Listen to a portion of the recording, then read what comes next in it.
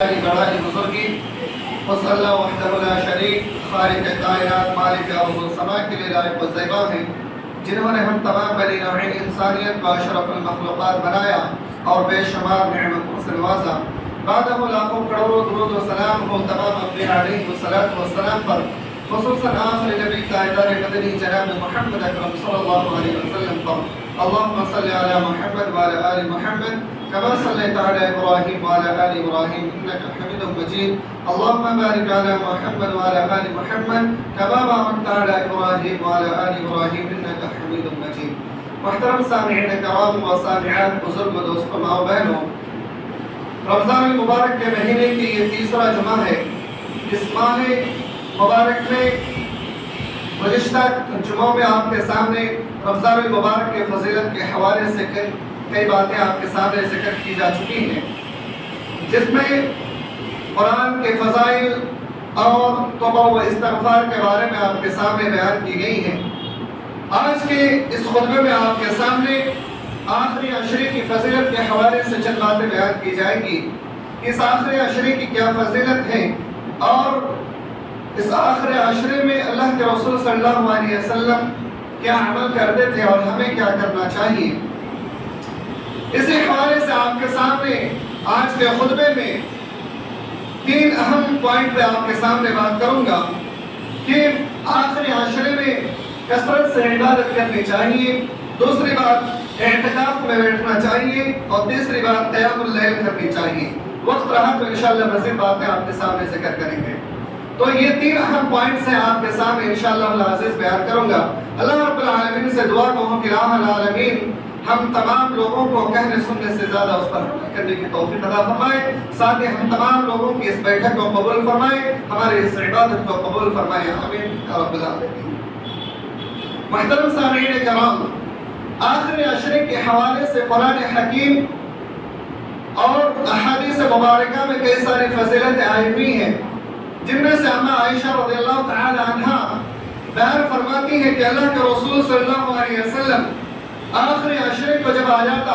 تو آپ صلی اللہ علیہ وسلم کا عمل کیا ہوتا تھا۔ اس حوالے سے بیان فرماتی ہے کہ وعن عائشہ رضی اللہ تعالی عنہا قالت ان النبی صلی اللہ علیہ وسلم اذا دخل العشر احیا لیلتا۔ اما عائشہ رضی اللہ تعالی عنہا بیان فرماتی ہے کہ اللہ کے رسول صلی اللہ علیہ وسلم جب آخری عشرے میں داخل ہو جاتے تو پوری رات جاگا کرتے تھے، پوری رات عبادت کیا کرتے تھے۔ وَأَيْقَظَ أَهْلَهُ، اور ساتھ میں اپنے اہل و عیال کو بھی جگایا کرتے تھے اور عبادت میں مصروف رکھا کرتے تھے۔ وَشَدَّ مِئْزَرَتَهُ، اور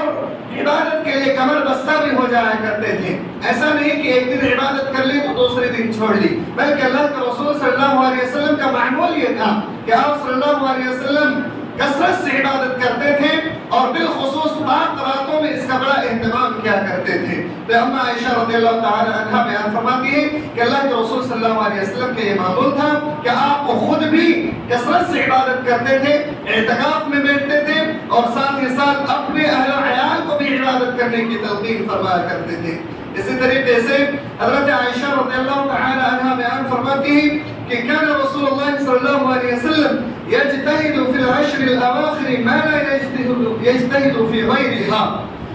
اللہ کے رسول صلی اللہ علیہ وسلم آخری عشرے میں جتنا زیادہ محنت کرتے تھے، اتنی محنت کسی اور دنوں میں کسی اور عشرے میں نہیں کیا کرتے تھے۔ تو سبحان اللہ، اللہ کے رسول صلی اللہ علیہ وسلم کا یہ معمول ہوا کرتا تھا کہ آخری عشرے میں کثرت سے عبادت کرتے تھے اور کثرت سے محنت کرتے تھے، کوشش کرتے تھے اللہ کے قریب ہونے کی، اللہ کے تقرب حاصل کرنے کی، اللہ کے محبت کو حاصل کرنے کی۔ تو ہمیں اور آپ کو بھی چاہیے کہ ہم اللہ کے قریب ہونے کی کوشش کریں، اللہ کی محبت کو اپنانے کی کوشش کریں۔ اسی طریقے سے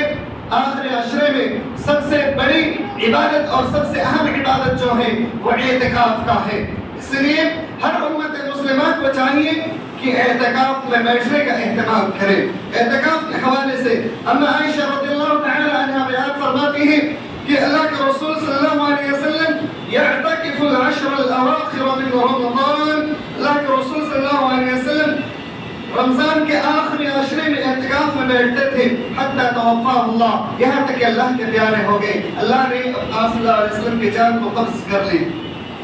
ثم اعتكف ازواجه من بعده، پھر آپ صلی اللہ علیہ وسلم کے بعد ازواج مطہرات اس چیز پر مداومت برت لی، یعنی ازواج مطہرات پھر بعد میں اعتکاف میں بیٹھنے لگی۔ تو پتہ چلتا ہے کہ اعتکاف میں مرد کے ساتھ ساتھ خواتین بھی اگر بیٹھنا چاہیں تو اس کے لیے بھی جائز و درست ہے کہ خواتین بھی اعتکاف کا اہتمام کریں اور اعتکاف میں بیٹھیں اور کثرت سے اللہ رب العالمین کی عبادت کریں۔ تو اللہ کے رسول صلی اللہ علیہ وسلم کا یہ معمول تھا، اعتکاف میں خود بھی بیٹھتے اور اپنے ازواج مطہرات کو بیٹھاتے تھے، اور ساتھ ہی ساتھ صحابہ کرام کو تلقین فرماتے کہ آپ لوگ بھی کثرت سے عبادت کیا کرو اور اللہ رب العالمین کا ذکر و اذکار کیا کرو۔ اعتکاف کے لیے جو چند چیزیں ہیں کہ ہمیں کیا کیا نہیں کرنا ہے اور کیا کیا کرنا ہے، کہ کون کون سی عبادتیں ہمیں کرنی چاہیے اعتکاف میں اور کن کن چیزوں سے ہمیں رکنا چاہیے، اس کے حوالے سے مختصر انداز میں آپ کے سامنے یوں ہے کہ اعتکاف کے لیے اللہ کے رسول صلی اللہ علیہ وسلم کی پیاری حدیث ہے کہ اعتکاف میں بیٹھنے والوں کے لیے چند ایسی چیزیں ہیں جو کہ عام دنوں میں تو جائز و درست ہیں لیکن اعتکاف میں بیٹھنے والوں کے لیے جائز اور درست نہیں ہے۔ وہ یہ کہ نمبر 1 پر مریض کی عیادت کرنا، یہ سنت میں سے ہے کہ کوئی شخص مریض کی عیادت نہ کرے۔ اعتکاف میں بیٹھنے والا شخص اگر گھر میں والد کی طبیعت خراب ہے، امی کی طبیعت خراب ہے، بال بچوں کی طبیعت خراب ہے، یا پھر کسی اور شخص کے اہل و عیال کی طبیعت خراب ہے، یا کسی بڑی مریض میں مبتلا ہے، تو اس کی عیادت کو نہیں جانا ہے، اس کو دیکھنے کے لیے نہیں جانا ہے، مسجد سے باہر نہیں نکلنا ہے۔ یہ پہلی چیز، یہ سنتی طریقوں میں سے ہے۔ نمبر 2 پر وہ شخص جنازے میں بھی نہیں جا سکتا، چاہے گھر کے کوئی بھی افراد کیوں نہ ہو، والد ہو، امی ہو، یا پھر گھر کا کوئی بھی فرد ہو، اگر اس کا انتقال ہو جاتا ہے تو اس 10 دن میں وہ انسان اپنے اس رشتہ دار کے جنازے میں بھی شریک نہیں ہو سکتا۔ یہ سنتی طریقوں میں سے ہے۔ اس کے بعد نمبر 3 پر ہے کہ عورتوں کو چھونا، عورتوں کو اس ماہ میں اس اعتکاف میں بیٹھنے والے معتکف شخص کے لیے جائز و درست نہیں ہے کہ اپنی بیوی کو چھوئے، اپنے بیوی کو چھونا اس کے لیے جائز نہیں ہے۔ اس کے بعد نمبر 4 پر اپنی بیوی سے ہم بستری کرنا بھی جائز نہیں ہے۔ ہم بستری اور چھونا دونوں الگ الگ چیزیں میرے بھائیوں، ایسے ہاتھ کو ٹچ کرنا یہ چھونا ہوتا ہے اور ہم بستری وہ صحبت ہے، دونوں چیزیں جائز و درست نہیں ہے جو معتکف ہو اس کے لیے۔ اور پھر ولا يخرج بحاجة الا لما لا بد منه، لیکن اس شخص کے لیے باہر نکلنا جائز و درست ہے جس کے لیے کوئی بڑی حاجت ہو، بڑی ضرورت ہو، اس کے علاوہ کوئی چارہ کار نہ رہا ہو، ایسے شخص کے لیے جائز و درست ہے کہ وہ باہر نکل سکتے ہیں۔ مثال کے طور پہ قضائے حاجت کے لیے باہر جانا، غسل کے لیے جانا، یہ انسان گھر اعتکاف سے باہر نکل کر کے جا سکتا ہے۔ ساتھ ہی کھانے پینے کے انتظام نہیں ہے، کوئی گھر سے پہنچانے والا شخص نہیں ہے تو وہ انسان اپنے کھانے پینے کے سامان کو لانے کے لیے جا سکتا ہے، لیکن اس کے لیے شرط ہے کہ وہ صرف جا کر کے اپنے سامانوں کو لے لے، اپنے کھانے پینے کو چیزوں کو لے لے، وہ انسان اپنی ضروریات کی سامان کو لے لے اور پھر واپس لوٹ کر کے آ جائے، کسی سے بات چیت نہ کرے، کسی سے راستے میں گفتگو نہ کرے اور واحد قسم کی باتیں نہ کرے۔ ساتھ ہی گھر میں کوئی بڑے ایسے معاملہ ہو گیا جس میں مشورے کی ضرورت ہو تو ایسی صورت میں مشورے دے سکتے ہیں یا لے سکتے ہیں، جیسا کہ ہم عائشہ رضی اللہ تعالی عنہ بیان فرماتی ہیں کہ اللہ کے رسول صلی اللہ علیہ وسلم بعض دفعہ مجھ سے مشورے بھی طلب کیا کرتے تھے، کوئی گھریلو معاملہ ہوتا اس میں آپ صلی اللہ علیہ وسلم مجھے مشورہ بھی دیا کرتے تھے۔ تو مشورے کے طور پہ کوئی ایسی بات ہو جس کو بغیر دیے کوئی چارہ کار نہ ہو تو ایسی چیزیں بھی دی جا سکتی ہیں، یہ ضرورت کی چیزیں ہیں۔ اس کے علاوہ دیگر چیزوں سے اعتکاف میں بیٹھنے والوں کو پرہیز کرنا چاہیے۔ اب رہی بات وہ کون سے عمل ہیں جس کو اعتکاف میں بیٹھنے والوں کو سب سے زیادہ کرنا چاہیے، ساتھ میں جو لوگ اعتکاف میں نہیں بیٹھتے ہیں ان کو بھی عمل کرنا چاہیے۔ ان کے بارے میں سب سے پہلی چیز یہ ہے کہ وہ نفل عبادت کا خصوصی اہتمام کریں۔ نفل عبادت کیا چیز ہے؟ نفل عبادتوں میں کئی ساری عبادتیں شامل ہیں، جیسا کہ حضرت ابو ہریرہ رضی اللہ تعالی عنہ بیان فرماتے ہیں کہ اللہ رب العالمین ارشاد فرماتا ہے، حدیث قدسی ہے، اللہ کے رسول صلی اللہ علیہ وسلم نے ارشاد فرمایا کہ اللہ رب العالمین ارشاد فرماتا ہے من عاد لی ولیا فقد آذنته بالحرب، جس شخص نے میرے ولی کے ساتھ، میرے دوست کے ساتھ دشمنی مول لی، فقد آذنته بالحرب، میں اس کے لیے اعلان جنگ کرتا ہوں۔ حضرت ابو ہریرہ رضی اللہ تعالیٰ عنہ بیان فرماتے ہیں، میرے بھائی اس حدیث کو ذرا غور سے سنیے گا کہ اللہ کے رسول صلی اللہ علیہ وسلم نے فرمایا کہ اللہ تعالیٰ فرماتا ہے کہ من عاد لی ولیا، جس شخص نے میرے دوست کے ساتھ دشمنی مول لی، فقد آذنته بالحرب، میں اس کے ساتھ اعلان جنگ کرتا ہوں، وما تقرب الی عبدی بشیء احب الی مما افترضته علیہ، اور میرا بندہ جب مجھ سے قریب ہونے کی کوشش کرتا ہے کسی چیز کے ذریعے تو مجھے سب سے زیادہ پسند یہ ہے کہ وہ فرائض پر عمل کرے، فرائض کا اہتمام کرے، یعنی فرض نمازوں کا جب اہتمام کرتا ہے تو اللہ رب العالمین فرماتا ہے کہ میرے بندے کو میں اپنے قریب کر لیتا ہوں۔ اگر اللہ کے قریب ہونا ہے تو فرض نمازوں کا اہتمام کرے، ساتھ ہی دیگر فرائض کا بھی اہتمام کرے۔ اس کے بعد فرماتے ہیں وَمَا يَزَالُ عَبْدِي يَتَقَرَّبُ إِلَيَّ بِالنَّوَافِلِ حَتَّى أَحَبَّهُ، اور کوئی شخص اگر یہ چاہتا ہے کہ میرے اس بندے سے میں محبت کرنا شروع کر دوں، وہ نوافل کا اہتمام کرے۔ جب انسان نوافل کا اہتمام کرتا ہے تو اللہ رب العالمین اس شخص سے محبت کرنا شروع کر دیتا ہے۔ پھر اللہ رب العالمین فرماتا ہے فَإِذَا أَحْبَبْتُهُ كُنْتُ سَمْعَهُ الَّذِي يَسْمَعُهُ بِهِ، اور جب میں کسی بندے سے محبت کرنا شروع کر دیتا ہوں تو میں اس کا کان بن جاتا ہوں جس سے وہ شخص سنتا ہے، وَبَصْرُهُ الَّذِي يُبْصِرُ بِهِ، اور میں اس کا آنکھ بن جاتا ہوں جس سے وہ دیکھتا ہے، وَيَدِ الَّتِي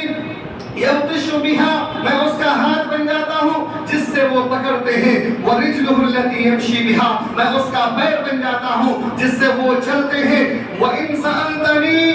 لَأُعْطِيَنَّهُ، اور جب مجھ سے وہ کوئی چیز مانگتے ہیں تو میں اس کو عطا کر دیتا ہوں، وَلَئِنْ اسْتَعَاذِي لَأُعْطِيَنَّهُ، اور جب مجھ سے وہ پناہ طلب کرتے ہیں تو میں اسے پناہ طلب کرتا ہوں، میں پناہ دے دیتا ہوں۔ تو میرے بھائیوں کتنی پیاری حدیث ہے کہ اللہ کا قریب ہونا ہے، اللہ کا تقرب حاصل کرنا ہے تو ہمیں فرائض پر عمل کرنا چاہیے اور اللہ کی محبت کو اپنانا ہے کہ اللہ مجھ سے محبت کرنے لگے تو نوافل کا اہتمام کرے۔ جب اللہ بندے سے محبت کرنے لگتا ہے تو اللہ رب العالمین اس کا کان بن جاتا ہے جس سے وہ سنتا ہے، اللہ اس کی آنکھیں بن جاتا ہے جس سے وہ دیکھتا ہے، اللہ اس کا ہاتھ بن جاتا ہے جس سے وہ پکڑتا ہے، اللہ اس کا پیر بن جاتا ہے جس سے وہ چلتا ہے۔ اس حدیث کا یوں مفہوم یہ ہے کہ یعنی اس کی پوری زندگی، اس کا دیکھنا، اس کا سننا، اس کا پکڑنا، اس کا چلنا پورا کا پورا اللہ کے مرضی کے مطابق ہو جاتا ہے۔ وہ پھر اپنی مرضی سے کوئی ایک بھی عمل ایسا نہیں ہے جسے کرتا ہو۔ اس لیے میرے بھائیوں نوافل کا اہتمام کریں، اللہ رب العالمین آپ سے محبت کرنا شروع کر دیں گے، اور فرائض کا اہتمام کریں، اللہ رب العالمین کے آپ قریبی ہو جائیں گے۔ اس لیے میرے بھائیوں فرائض اور نوافل کا اہتمام ضروری ہے۔ اسی طریقے سے ام حبیبہ رضی اللہ تعالی عنہا بیان فرماتی ہیں کہ اللہ کے رسول صلی اللہ علیہ وسلم نے ارشاد فرمایا کہ جو بھی مسلمان بندہ ہر دن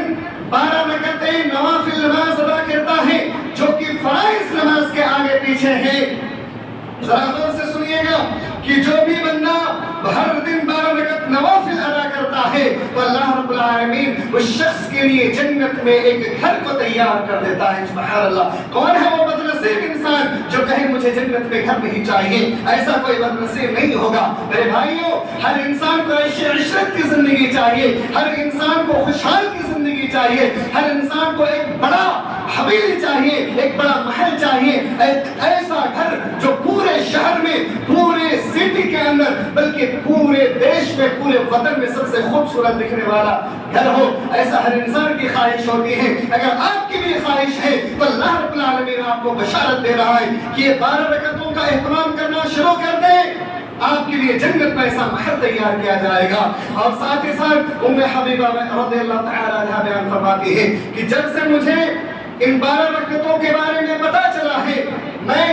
لگاتار اس کو پڑھتا چلی آئی ہوں، کبھی بھی اس کو میں نے ترک نہیں کیا۔ تو یہ صحابہ کرام کا معمول بھی تھا میرے بھائیوں کہ جب کوئی حدیث انہیں پتا چلتی، جب کسی فضائل کے بارے میں معلوم ہوتا تو فوراً اس پر وہ لوگ مداومت برتنے کی کوشش کرتے، فوراً اس پر عمل کرنے کی کوشش کرتے۔ میرے بھائی افسوس ہے ہمارے اور آپ کے اوپر کہ ہم لوگ قرآن و سنت کی باتوں کو سنتے ہیں لیکن ہمارے کانوں میں ایسے وقر پڑے ہوئے ہیں کہ وَإِذَا تُتْلَى عَلَيْهِ آيَاتُنَا وَلَّى مُسْتَكْبِرًا كَأَن لَّمْ یسمع ہے کہ جب ہم قرآن و سنت کی باتوں کو سنتے ہیں تو ایسے انسنے بن جاتے ہیں جیسے ہمارے کانوں میں گاش لگے ہوں، وتر لگے ہوں، اور سننے کے بعد انسنے ہو جاتے ہیں۔ میرے بھائیوں، ایسا انسان وہ بدنصیب انسان ہی کر سکتا ہے۔ قرآن و سنت کی باتوں کو سننے کے بعد انسنا وہی شخص ہو سکتا ہے جسے جنت کی طلب نہ ہو، جس کے اللہ کے قریب ہونے کی طلب نہ ہو، جسے اللہ کی محبت کی طلب نہ ہو، جسے دنیا کی طلب ہو۔ وہی انسان حدیثوں کی باتوں کو سننے کے بعد، قرآن و سنت کی باتوں کو سننے کے بعد انسنا کر سکتے ہیں۔ نہیں تو جس کے اندر اللہ کے قریب ہونے کی طلب ہو، جس کے اندر اللہ کے محبت کو اپنانے کی طلب ہو، جس کو جنت الفردوس میں بڑا مقام حاصل کرنے کی طلب ہو، وہ انسان کبھی بھی قرآن و سنت کی باتوں کو سننے کے بعد انسنا نہیں ہو سکتا میرے بھائیوں۔ اس لیے ہمارے اور آپ کے دل میں بھی یہ جذبہ ضرور ہونی چاہیے۔ اس کے بعد اعتکاف میں بیٹھنے والوں کے لیے ایک بڑی عبادت ہے، اسے اعتکاف میں بیٹھنے والوں کو لوگ انجام دینا چاہیے۔ وہ یہ حضرت انس رضی اللہ تعالی عنہ بیان فرماتے ہیں کہ اللہ کے رسول صلی اللہ علیہ وسلم نے ارشاد فرمایا چاشت کی نمازوں کا اہتمام کیا کرو۔ چاشت کی نماز کے حوالے سے حضرت انس بن مالک رضی اللہ تعالی عنہ بیان فرماتے ہیں کہ قال رسول اللہ صلی اللہ علیہ وسلم، اللہ کے رسول صلی اللہ علیہ وسلم نے ارشاد فرمایا من صلی الفجر فی جماعت، جس شخص نے فجر کی نماز با جماعت ادا کی ہو، ثم قعد یذکر اللہ، پھر بیٹھے اللہ کا ذکر و اذکار کرتا رہا ہو، حتی تطلع الشمس، پھر سورج طلوع ہو جائے، سورج نکل جائے، ثم صلی رکعتین، پھر وہ انسان 2 رکعتین نماز ادا کرے، كانت له كأجر حجة وعمرة تامة تامة تامة، اللہ کے رسول صلی اللہ علیہ وسلم نے فرمایا پھر 2 رکعتیں نماز پڑھنے والوں کے لیے خوشخبری ہے کہ اسے ایک حج اور ایک عمرہ کا ثواب ملتا ہے پورے مکمل طور سے۔ میرے بھائیوں، پیسے سے آپ غریب ہو سکتے ہیں، پیسے سے آپ مفلس ہو سکتے ہیں، آپ کے دل میں طلب ہے کہ مکہ میں بھی پہنچوں، عمرہ کروں، حج کروں، لیکن پیسے نہیں ہیں، دولت نہیں ہے، آپ نہیں پہنچ سکتے، کوئی بات نہیں، اللہ رب العالمین آپ کو بشارت دے رہا ہے۔ پیارے نبی علیہ الصلوۃ والسلام آپ کو خوشخبریاں دے رہے ہیں کہ آپ اپنے گھر میں بیٹھ کر کے فجر کی 2 رکعت نماز باجماعت ادا کیجئے، بیٹھے اللہ کا ذکر و اذکار کرتے رہے اس وقت تک جب تک کہ سورج طلوع نہ ہو جائے، سورج نکل نہ جائے۔ سورج نکلنے کے بعد آپ پھر 2 رکعت نماز ادا کر لیں، ویسے ہی ادا کرنا ہے جیسے عام نفلی نماز ادا کرتے ہیں، اس میں کوئی کمی بیشی نہیں ہے۔ سیم اسی طریقے سے دعائے ثنا، سورہ فاتحہ، ایک اور سورت، وہی رکوع، وہی سجود، وہی قیام اور وہی تشہد کر کے سلام پھیر دینی ہے میرے بھائیوں۔ اور اس چھوٹے سے عمل زیادہ سے زیادہ 3 منٹ 5 منٹ کا عمل ہے میرے بھائیوں،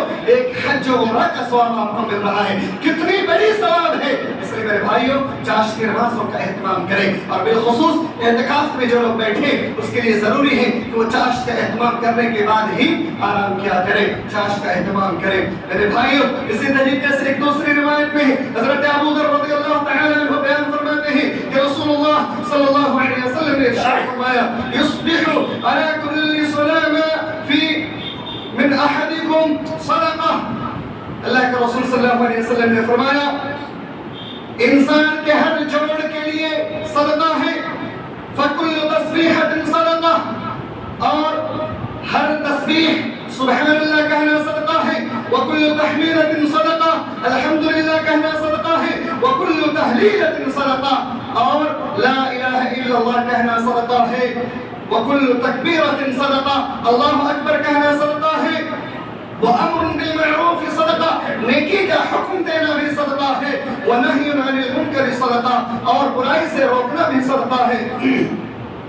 وَيُجْزِئُ مِنْ ذَلِكَ رَكَعَتَانِ يَرْكَعُهُمَا مِنَ الضُّحَىٰ، اور ان تمام تر چیزوں کو چاشت کی 2 رکعت ہی کافی ہو جاتی ہے۔ اگر آپ اپنے جسم کے ہر جوڑ کے لیے صدقہ کرنا چاہتے ہیں میرے بھائیوں، سبحان اللہ کہیں، الحمدللہ کہیں، اللہ اکبر کہیں، لا الہ الا اللہ کہیں، اور نیکی کا حکم دے، برائی سے روکے، آپ کے ہر جوڑ کے لیے صدقہ ہو جائے گا۔ اور اگر یہ نہیں کر سکتے ہیں تو چاشت کی 2 رکعت نماز ادا کر لیں میرے بھائیوں، اس کے لیے کافی ہو جائیں گے۔ اس کے لیے برابر ہو جائیں گے۔ اس لیے میرے بھائیوں چاشت کا اہتمام کریں، ساتھ ہی ان تمام الفاظوں کا بھی اہتمام کریں جس کے ذریعے سے ہم اللہ کے قریبی ہو سکتے ہیں اور اپنے جسم کا بھی صدقہ کر سکتے ہیں۔ اس کے بعد نمبر 3 پر ہے قیام اللیل۔ قیام اللیل کے بارے میں راتوں میں قیام کرنا، تہجد کی نماز پڑھنا، تراویح کی نماز پڑھنا، یہ تینوں الفاظ ایک ہی ہیں میرے بھائیوں۔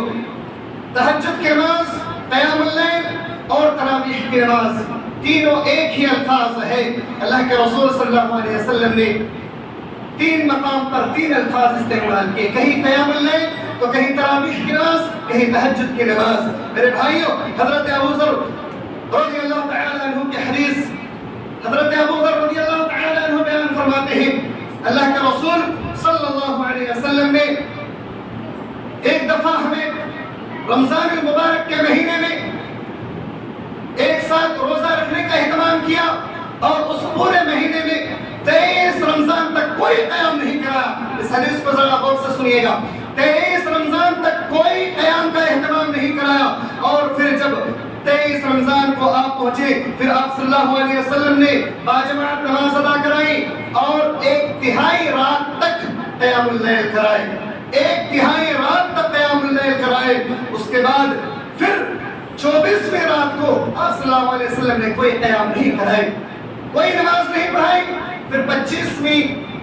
شب قدر کو یا 25ویں رات کو آپ صلی اللہ علیہ وسلم نے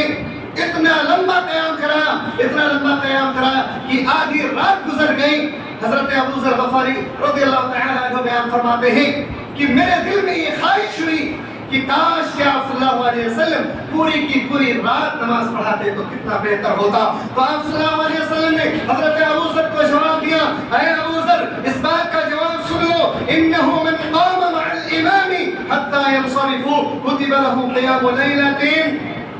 اس الفاظ کا جواب سن لو کہ پوری رات قیام کرنا چاہتے تھے تو جس شخص نے بھی امام کے ساتھ مختصر قیام کیا ہو، حتی ینصرفوا کچھ وقت قیام میں گزارا ہو، کتب لہ قیام لیلۃ تو اسے پوری رات قیام کے برابر ثواب لکھ لیا جاتا ہے۔ میرے بھائیوں اس لیے مختصر سے وقت میں قیام کرنا یہ آپ کو پوری رات ثواب دینے سے محروم نہیں کرتی ہے، پوری رات کے قیام کرنے سے محروم نہیں کرتی ہے، اس لیے کہ آپ نے امام کے ساتھ مل کر کے آپ نے قیام کیا۔ اس سے پتہ چلتا ہے تہجد کی نماز جو کہ تراویح کی نماز رمضان میں پڑھی جاتی ہے، اس میں باجماعت نماز ادا کرنا ہی افضل ہے۔ آپ صلی اللہ علیہ وسلم نے اس کے بارے میں ترغیب دلائی ہے، اور ساتھ ہی ساتھ 1/3 رات اور آدھی رات سے پتہ چلتا ہے کہ آپ صلی اللہ علیہ وسلم شروع رات ہی سے تراویح کی نماز پڑھایا کرتے تھے، آخری رات سے نہیں۔ اور آگے چلے پھر آپ صلی اللہ علیہ وسلم کی حدیث بیان فرماتے ہیں کہ اس کے بعد 26ویں رات کو آپ صلی اللہ علیہ وسلم نے کوئی قیام نہیں کرائی، پھر آپ صلی اللہ علیہ وسلم نے 27ویں رات کو قیام کرایا جس میں پوری رات قیام کرائی، جس میں حضرت ابو ذر فرماتے ہیں کہ اب ہمیں یہ خوف ہونے لگا، ڈر ہونے لگا کہ کہیں ہم سے سحری فوت نہ ہو جائے۔ پوری رات قیام کرنے کی بات ہے میرے بھائیوں، آخری رات میں قیام کرنے کی بات نہیں ہے، رات 12 بجے کے بعد قیام کرنے کی بات نہیں ہے، بلکہ پوری رات قیام کرنے کی بات ہے، اور ادھر 1/3 رات اور آدھی رات کی بات ہے۔ اس لیے میرے بھائیوں شروع رات ہی سے تراویح کی نماز پڑھی جاتی ہے، آخری رات ہی میں صرف نہیں پڑھی جاتی ہے۔ اس لیے یہ کہنا کہ بعض لوگ اس کو گڑھ چکے ہیں اور آپ شروع رات میں پڑھ لیتے ہیں یہ بدعت ہے، یہ ہمارا کہنا غلط ہے میرے بھائیوں، کیونکہ سنت سے ثابت ہے کہ آپ صلی اللہ علیہ وسلم شروع رات ہی سے نماز پڑھائی ہے۔ میرے بھائیوں اس لیے حدیثوں کو سمجھنے کی کوشش کریں کہ اللہ کے رسول صلی اللہ علیہ وسلم نے جو باتیں ہم تک پہنچائی ہیں اس کا پس منظر کیا ہے، صحیح مفہوم کیا ہے، اس کا غلط مفہوم بیان کر کے ہم اور آپ گمراہ نہ ہوں میرے بھائیوں۔ اس کے بعد قیام اللیل کے حوالے سے ایک اور حدیث حضرت عبداللہ بن سلام رضی اللہ تعالی عنہ بیان فرماتے ہیں کہ جب آپ صلی اللہ علیہ وسلم مدینہ منورہ تشریف لائے تو سب سے پہلے جو حدیث میں نے سنی، حضرت عبداللہ بن سلام فرماتے ہیں کہ جب آپ صلی اللہ علیہ وسلم مدینہ تشریف لائے تو سب سے پہلے حدیث جو میں نے سنی وہ یہ ہے، یا ایھا الناس اے لوگو افشوا السلام، سلام کو عام کرو، سلام کرو اپنے بھائیوں کو، واطعموا الطعام، اور لوگوں کو کھانا کھلاؤ، وصلوا الارحام، اور لوگوں کے ساتھ صلہ رحمی کا معاملہ کرو، وصلوا باللیل والناس نیام، اور راتوں کو اٹھ کر کے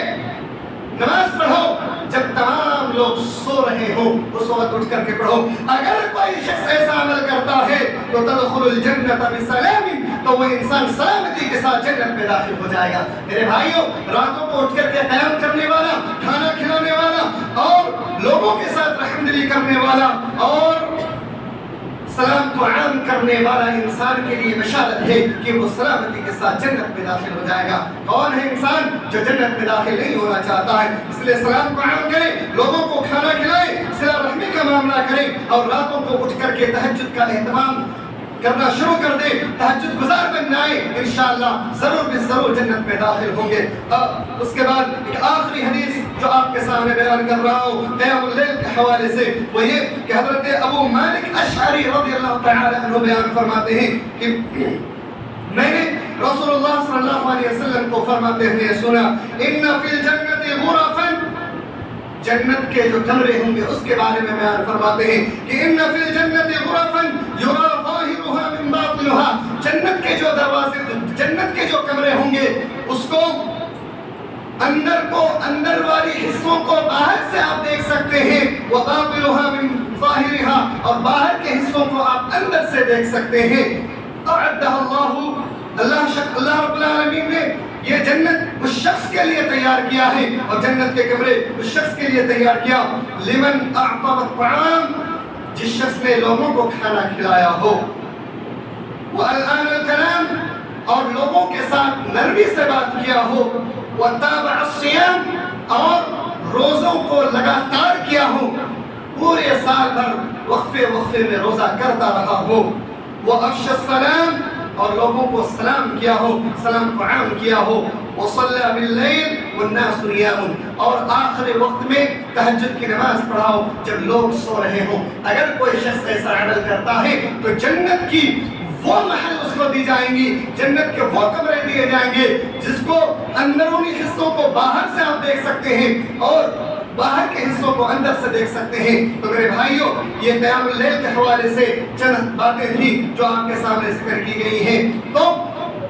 اعتکاف میں بیٹھنے والوں کے لیے تین بڑی اہم عبادت ہیں۔ سب سے پہلے نوافل کا اہتمام کرے، اور ان نوافل کا اہتمام کرے جو قرآن و سنت سے ثابت ہو۔ دوسری چیز چاشت کی نمازوں کا اہتمام کرے۔ تیسری چیز کہ وہ انسان